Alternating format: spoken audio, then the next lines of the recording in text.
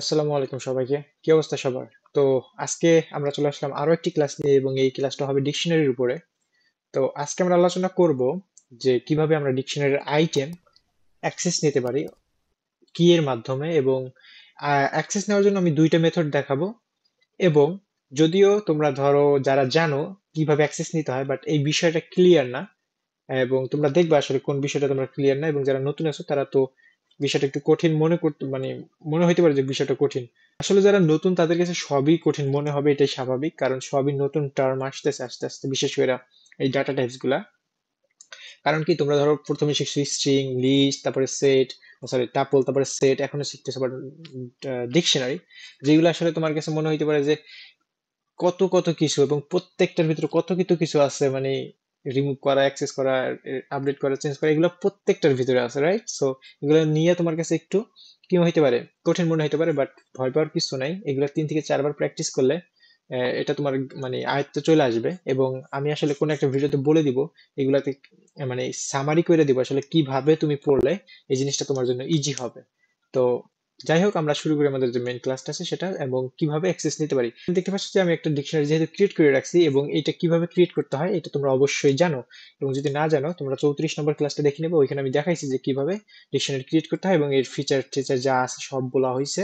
তো আমি জাস্ট এখন সিম্পলি মাই ডিকশনারিকে কল করব। কল করার পর আমি এখানে এই স্কোয়ার ব্র্যাকেট দিয়ে বলে দিব, আমি একটা কি দিয়ে দিব। অর্থাৎ আমি ধরো এই নেম কিটার ভ্যালুটা চাই এইখান থেকে, ঠিক আছে? তো আমি এখানে জাস্ট মাইডিক্ট কে কল কইরা আমি জাস্ট এখানে নেমটা দিয়ে দিব। নেমটা দিয়ে দিলে এতটুকু করলেই হবে। বাট এতটুকু কইরা হবে না, কারণ এখানে আমার একটা ভেরিয়েবলের মধ্যে রাখতে হবে অবশ্যই। এইভাবে আমি জাস্ট এখন প্রিন্ট করব কোনটাকে, ওই এক্সটাকে, কারণ আমি যেহেতু একটা ডাটা, একটা আইটেম, সরি একটা ভ্যালু, নট আইটেম, এখানে কিন্তু আইটেম বলা মানে কি জানো, কি এবং ভ্যালু দুইটা একসাথে এই ডিকশনারির ক্ষেত্রে। বাট তুমি ধরো সেট, টাপলস, লিস্টের ক্ষেত্রে বলতে পারছো একটা আইটেম অ্যাক্সেস নাও, বাট এখানে তোমাকে অবশ্যই বলতে হবে একটা কি এর একটা ভ্যালু অ্যাক্সেস নাও, কারণ আইটেম মানে বোথ কি এবং ভ্যালু।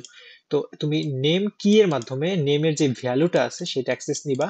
অ্যান্ড এইখানে এই এই ফাংশনটুকুর মানে তুমি এই রকিকে মার্ক করছো, এবং মার্ক করার পর এই আউটপুটটা তোমার জমা হবে এই এক্স এর মধ্যে। এক্সটা প্রিন্ট করলে তোমার জাস্ট যে রকিটা আছে শুধু রকিটা আসবে, রাইট? এখন তুমি বলতে পারো যে ভাই না, আমি এই অবজেক্ট ক্রিয়েট করব না, আমি জাস্ট সিম্পলি এটাকে কপি পেস্ট, কপি না মানে এটাকেই এখানে রেখে দিব, যে মাই ডিক্ট নেম, হুবহু সেম রেজাল্টে তুমি পাবা।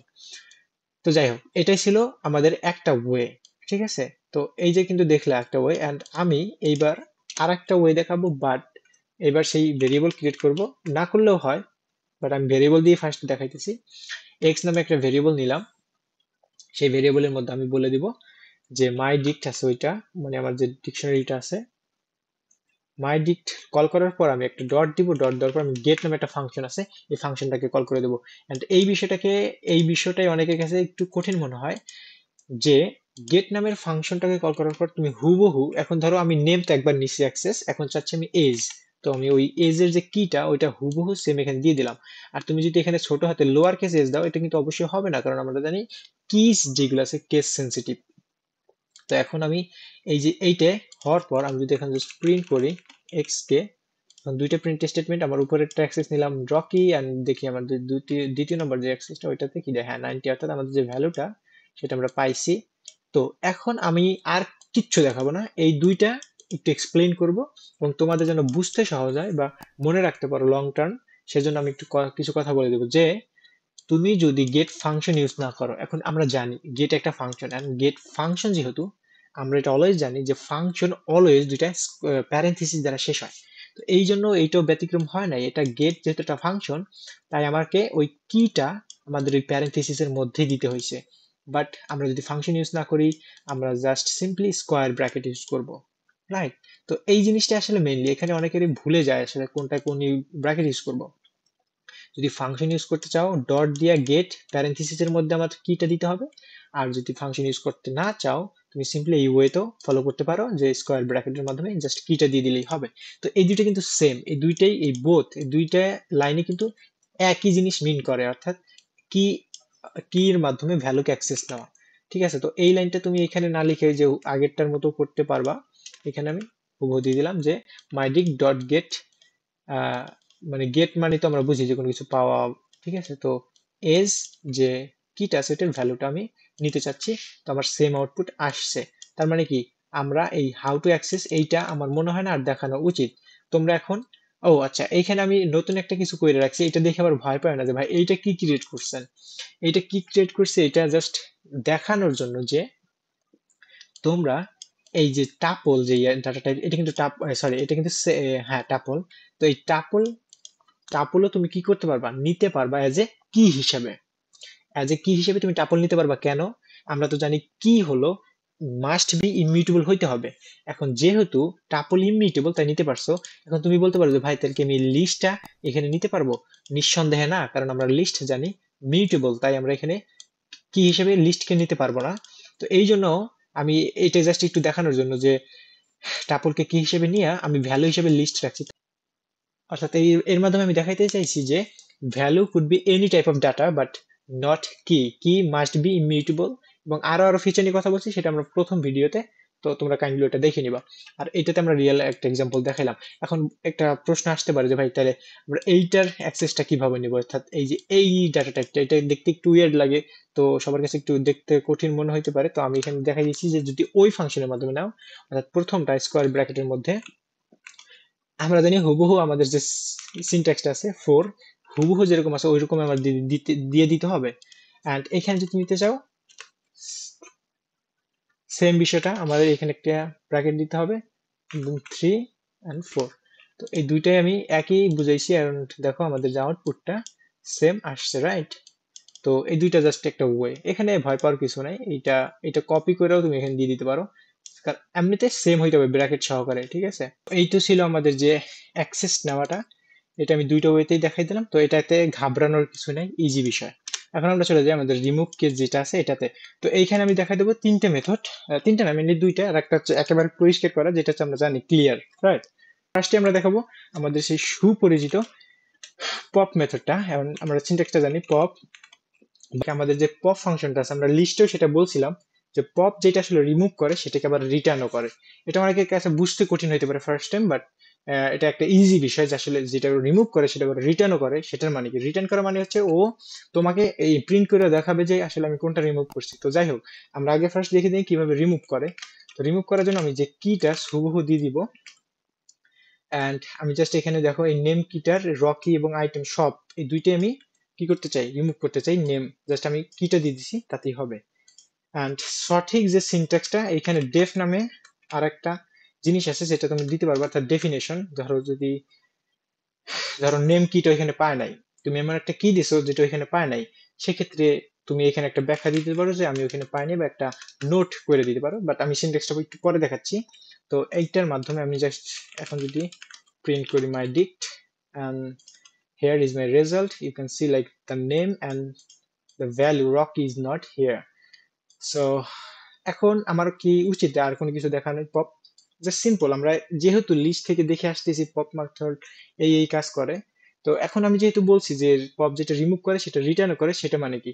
তো সেটার মানে হচ্ছে ধরো তুমি এখানে একটা ভেরিয়েবল এক্স এর মাধ্যমে এই ফাংশনটুকু রাখলা, এই rank রাখার পর এই লাইনটার মানে এখন বোঝাচ্ছে যে পপ ফাংশনটা নেম থেকে যা সরাইছে, আবার বলি, পপ ফাংশনটা নেম কি থেকে যা সরাইছে সেইটাকে রাখছে এক্স এর মধ্যে।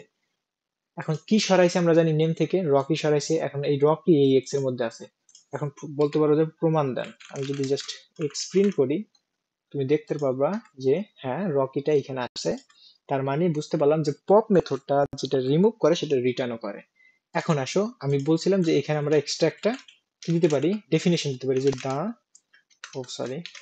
the key, the value key is not here, right?